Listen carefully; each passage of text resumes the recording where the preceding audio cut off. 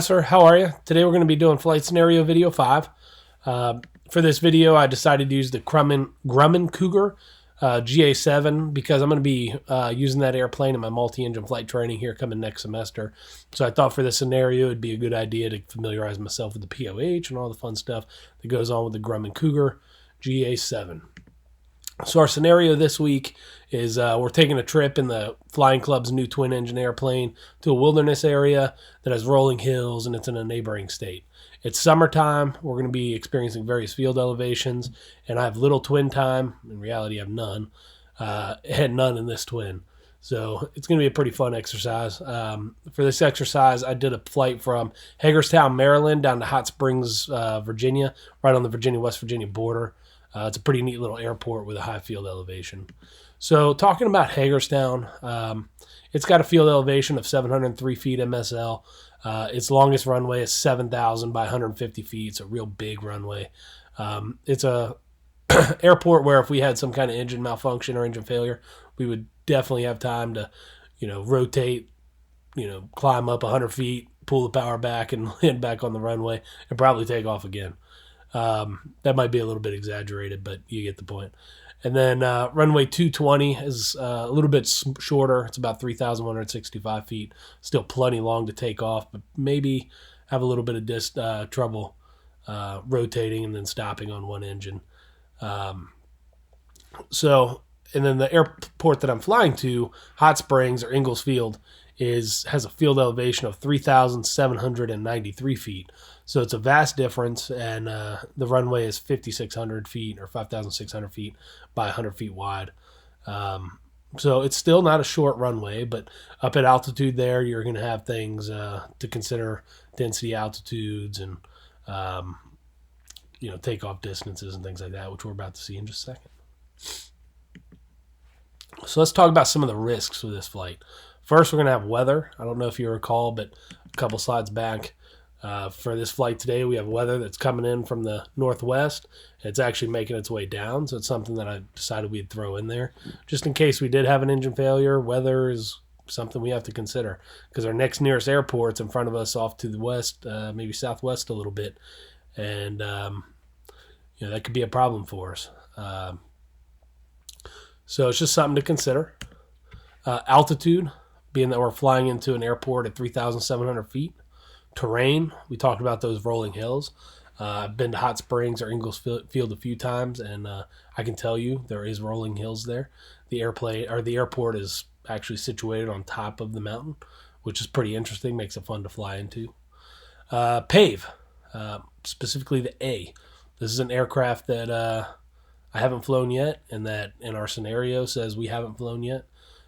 So familiarization with the airplane flying into this airport at 3,700 feet. And then, of course, with altitude comes density. Altitude,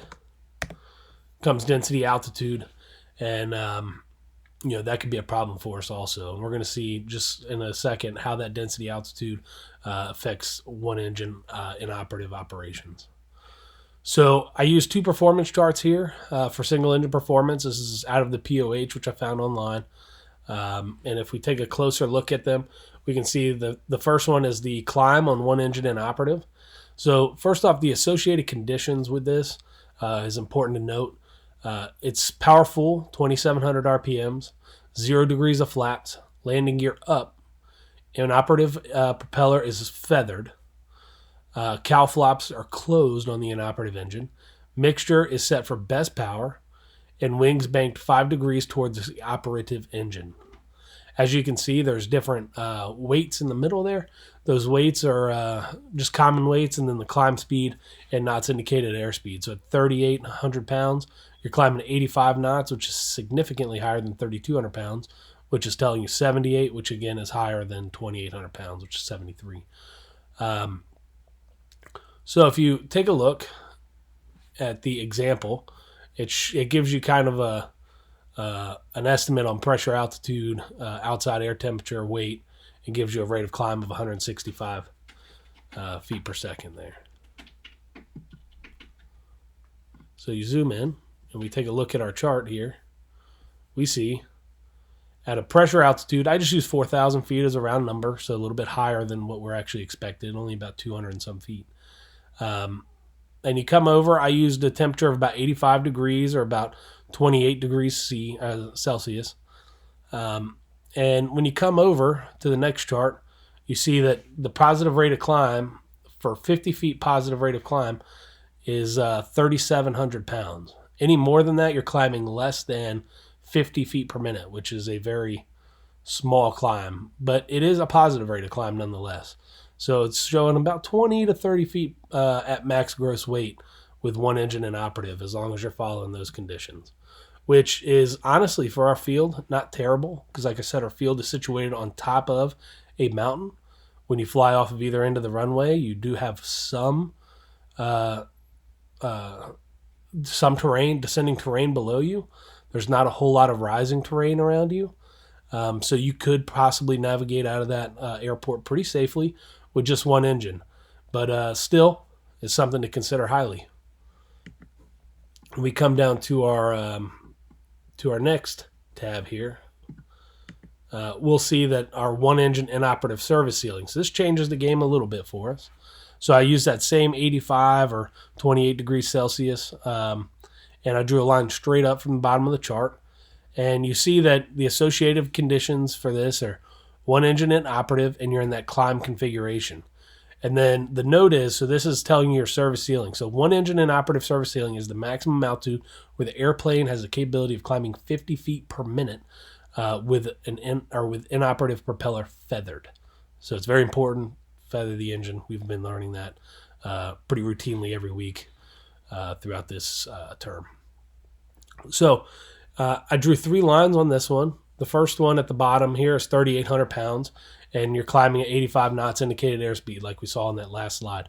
So that gives you a maximum service ceiling of right around 3,000 feet, which if you look at the chart before is accurate, because this is saying a 50 feet per minute climb. As we said earlier, at max gross weight, we're not climbing 50 feet per minute.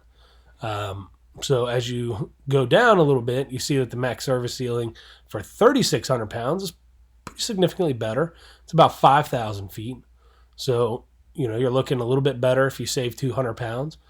And then if you go all the way down to 3,400 pounds, you're looking at a much more significant service ceiling.